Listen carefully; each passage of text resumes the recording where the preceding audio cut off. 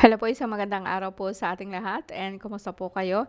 Ngayon guys is nasa Aries po tayo, no? Pangatlong series po ng ating tawas ngayong taon na to na 2026. So kung baguhan ka, tawagin niyo lang po akong Ate Mel.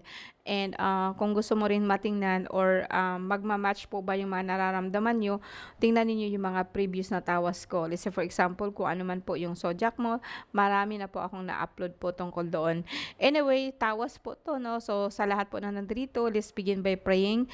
And I begin by, I believe in God. And sundan po natin ng ating Diyos Ama, like our Father and Jesus Nazareno. So, kahit hindi man po ikaw Katoliko, is okay, no? Ang ating intention po dito is gumaling kayo. And yes, so please be with me. Sa lahat po na nandito po ngayon, no? Magdasal po tayo. And tutok po kayo sa dasal, no? And begin by now. Okay, Diyos sa mga makapangyarihan sa lahat, maraming salamat po. Nawa po ibasbasan mo ang bawat isa sa amin, ang mga mahal namin sa buhay. Bigyan mo kami ng lakas. And bigyan mo rin po ng katiwasayan ng aming pag-iisip. Paglinawan mo po ang bawat naming hiling na sana po ito'y matupad and bisbasan mo din po kami sa pamagitan po ng iyong mahal na ina with blessing, abundance po and magandang pangangatawan po, no?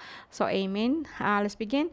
Christatem Hisum Christi Pater Salvame, Christatem Hisum Christi Pater Salvame, Christatem Hisum Christo Pater Salvame, Paternum Deum Christum Solome Christatem Christum Igosum, Jesus Nazareno, Rededus Dum Christum di Prono Sutrostrum Hominis Salvami, Salvami Salvi, Salvi Igosum. And sa pamagitan din po ng pangalan ng Ama, which is Yadhey, Babhey, basbasan po niya ang bawat isa sa atin. And on behalf din sa aking mga kasamahan, makita at saka hindi makita, no? Nawa po, no, sumasa atin po ang blessing po ng ating Diyos Ama, gabay po ng ating kapaligiran, gabay po ng kalikasan, and of course, no, sa ating mahal na ina. Amen. Okay, so let's begin, no? Aries po, no, March 21 hanggang April 19 sa inyo po ang reading na to. So, ang gagawin po natin, ang unang spread po natin, I will have 9 cards. And pagkatapos isunod po natin yung nakaraan mo kung bakit ka nagkakaganyan ngayon. And then probably in the future, no, kung sakaling or mananatili po ba ang inyong karamdaman. Alright, so Aries, March 21 hanggang April 19. Kukuha po ako sa gitna po, no? Okay. And here.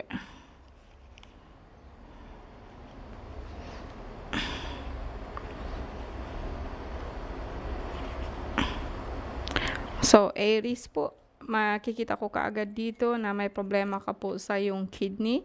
Mataas po na cholesterol. Minsan po mahirap huminga. And ano po, yung inyong paa, no, kuminsan po talaga. So let's put it here kasi masyado na po malayo sa akin.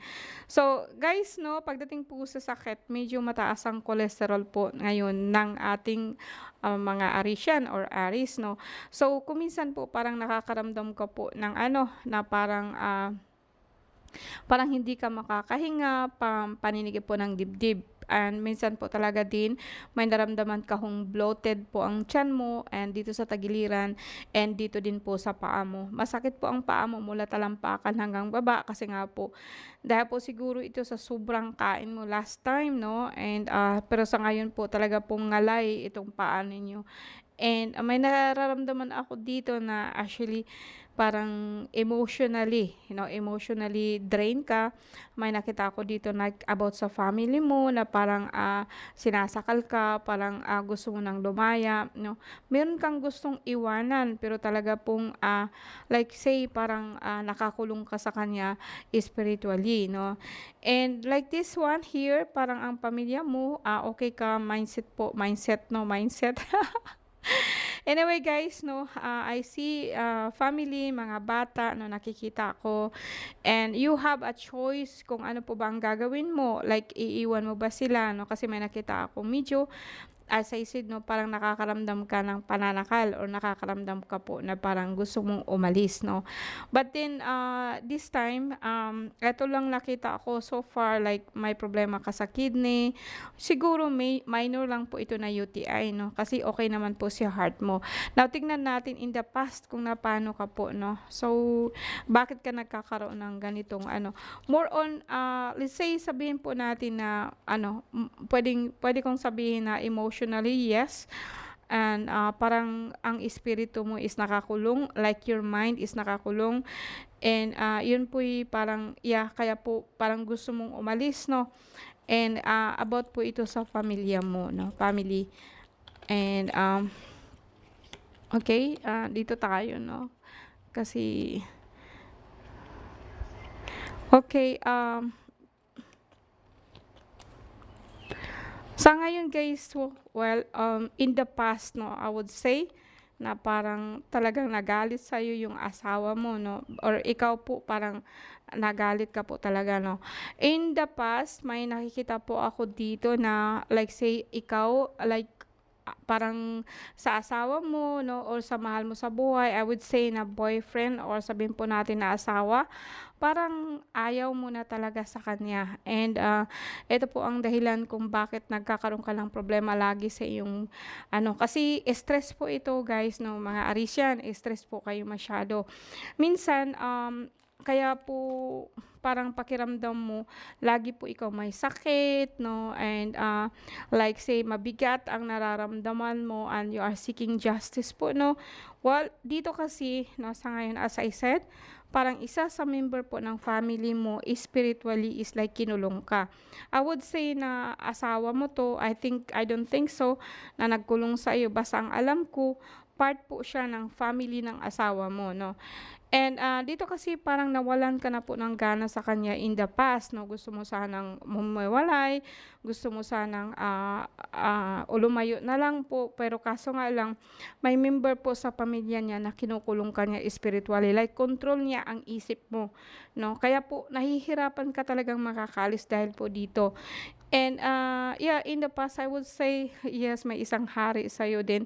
Ang ginawa kasi nila sa'yo is like, parang parang kumbaga sa akin, talagang I would say spiritually, pero ang Aries kasi is malakas. Ang Aries po is a symbol of Ram, which is Jesus Christ itself, 'no. And, bakit kaya parang naisip niyo bilang Katoliko, 'di ba nakikita niyo na si Jesus karga-karga niya ang ating mga tupa, 'no, kasi ang Ram at saka ang Aries is isa lang, 'no. Actually, ang tupa is a symbol of, ano, masyadong malapit kayo sa Diyos Ama because, ang Aries is, unang unang planetang ginawa niya, which is the oldest, gods 'no, the oldest god 'no, parang pinakamatanda. Kaya nga po ang Aries is, mahilig sa mga lumang tradisyon 'no.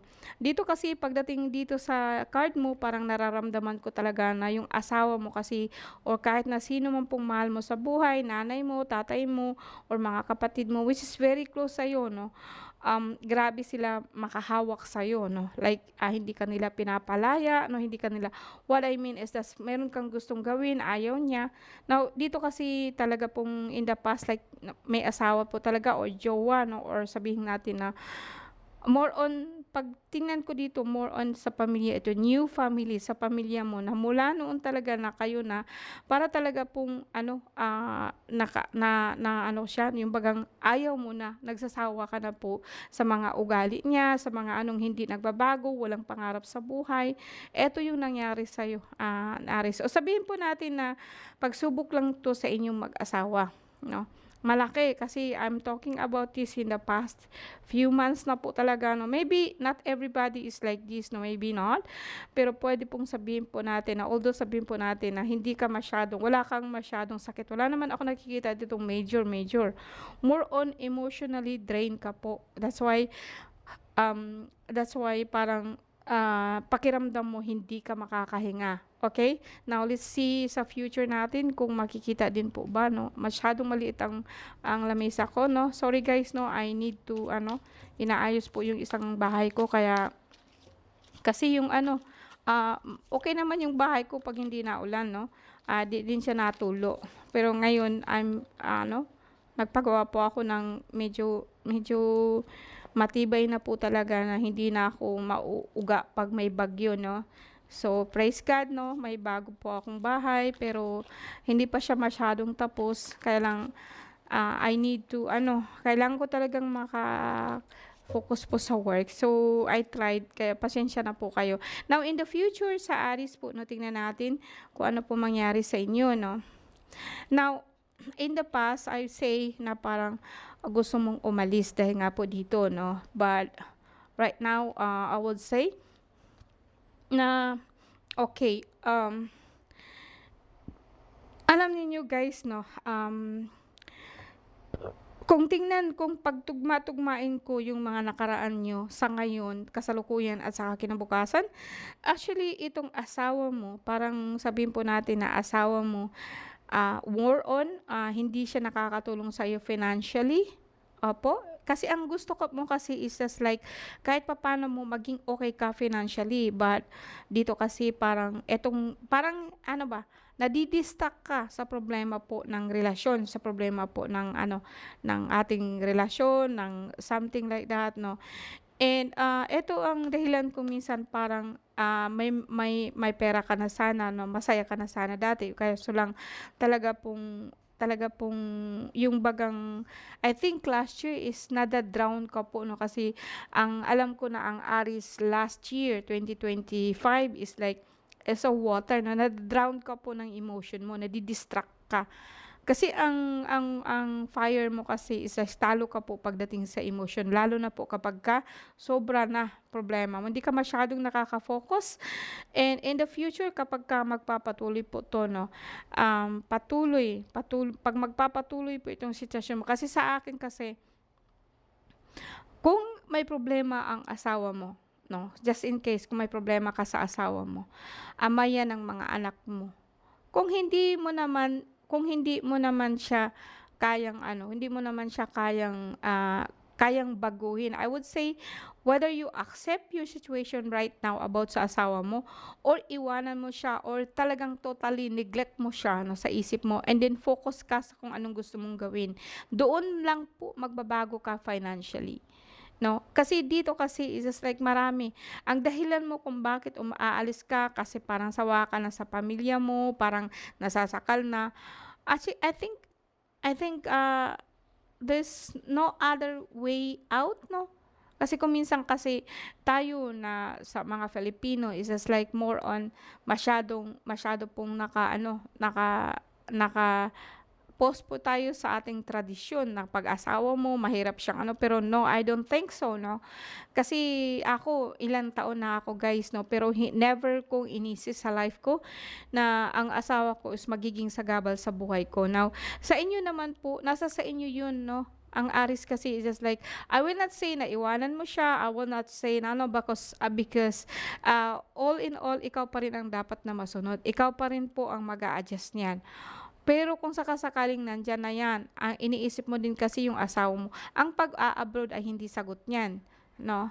And hindi 'yan sagot nito. I would say na kung kung focus more on yourself kung ano ang kailangan mong gawin para kahit papaano po is aasenso ka 'no. This is what I see. Kasi alam mo dahil sa ginagawa ng asawa mo, dahil sa problema mo sa asawa mo, like nawala yung dating dating pera mo, dating saya mo, parang naka-focus ka na sa kanya. You know, 'no? And alam ko na sa atin mga Filipino is just like ang dami nating problema pagdating sa asawa. Either way, hindi ka makaka-move on, mayroon siyang iba or ikaw ang may iba din na hindi ayaw mo na sana sa kanya. But dito kasi, like, yes, ang iniisip mo kasi mag-a-abroad ka, no? I would say, outside of your forces, mag-a-abroad ka, then you will be happy. No, this is in the future ha, sa future mo nakikita ko na like, okay, iwanan mo yung asawa mo and then mag-shift ka, mag-a-abroad ka. No, no. Lalala lang po yan. And I would say na harapin mo yung problema mo right now. Huwag kang mag-abroad, harapin mo. Kung sakali po na hindi mo na talaga siya maiwanan, and then huwag kang mag-focus sa kanya. Let him be. No, huwag kang mag-focus sa kanya. Lahat ng attention mo sa kanya, no. Focus ka kung anong gawin mo. Then kung hindi talaga siya ano, kung hindi talaga siya aalis or kung hindi talaga siya tutulong sa'yo, then hiwalayan mo, 'no? I would say na kung hindi gani sasabihin ko bang, masama din naman 'yun, 'di ba? Pero sa akin, you know, ang pinakamabigat talaga sa atin is just like wala namang ibang tao na puwedeng manakit sa atin or manakal sa atin or like hawakan tayo, kundi member lang po 'yan ng family, mostly asawa or ikaw po lagi ka pong nag-iisip din sa kanya o something like ang problema niya pinoproblema. Of course mag-asawa kayo, but actually, iyan ang pinakamalaking, ano ng tao dito 'no. Ito yung tradisyon nating mga Filipino na actually it's not for me, well, pasensya na 'no, kasi hindi hindi talaga siya, I mean, hindi siya feasible. I mean, hindi siya ano, kasi akala mo 'pag nag-asawa ka na, okay na kayo, sundin mo lahat ng pangarap mo, bibitawan mo na kasi nag-aalaga ka ng mga bata. Then in the future, kung siya ang alis, paano ka? Nganga, 'di ba? Na or kung mambababae siya, tapos uwian ano ka lang, 'no? And, I hope this is not the case, but I'm saying is this that ikaw kasi is like you're an Aries and, malakas ka po emotionally, financially, magaling kang kumita and then do that one. Okay, kung ang asawa mo siguro magbigay po ako ng paraan kung papaano po natin maha-handle ang ating asawa, but for me right now is just like, no, focus ka sa kung anong gusto mo. Kasi dati kasi masaya ka, 'no, pagpapatuloy po itong problema dito sa asawa mo, siya mismo actually ang magta-trigger sa'yo kaya buwisit ang nangyari sa buhay niyo. I will frankly say na buwisit siya sa buhay mo.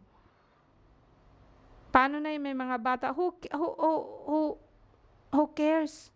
Eh, wala naman din siyang pakialam sa mga anak mo kasi makikita ko dito, nag-aalangan kang umalis kasi nakikita mo din paano na lang yung mga bata, 'no? And then ang reason mo din kung aalis ka dahil may mga bata, 'no?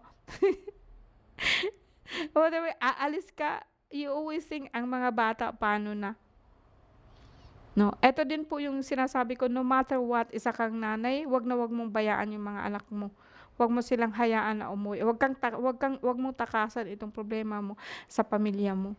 You can do this one, 'no. Maraming tayong batas ngayon, 'no. Lapit ka sa akin kung hindi kayang ano, kung hindi kayang gamutin yung asawa mo. Pero mostly sa akin ng mga babae actually, kung gagamutin mo naman 'yan, it's just like natatalo sila pagdating sa pamilya nila. Madaling paalisin ang asawa o lalaki o sino man sa buhay natin. Pero kung minsan kasi kayo din di din niyo kayang mawala yung problema sa buhay niyo. Eto minsan ang dilema ng isang tao, dilema naming manggagamot 'no. "Madam, ano yung asawa ko hindi na magbabago, ganito, paalisin mo na lang tapos 'pag umalis na, ayun na balik na naman, kayo naman po ang bumalik sa kanya." Alright? Okay, yeah, that's what I see here, Aris. Maraming salamat po sa inyo. See you again next time. Bye po, bye.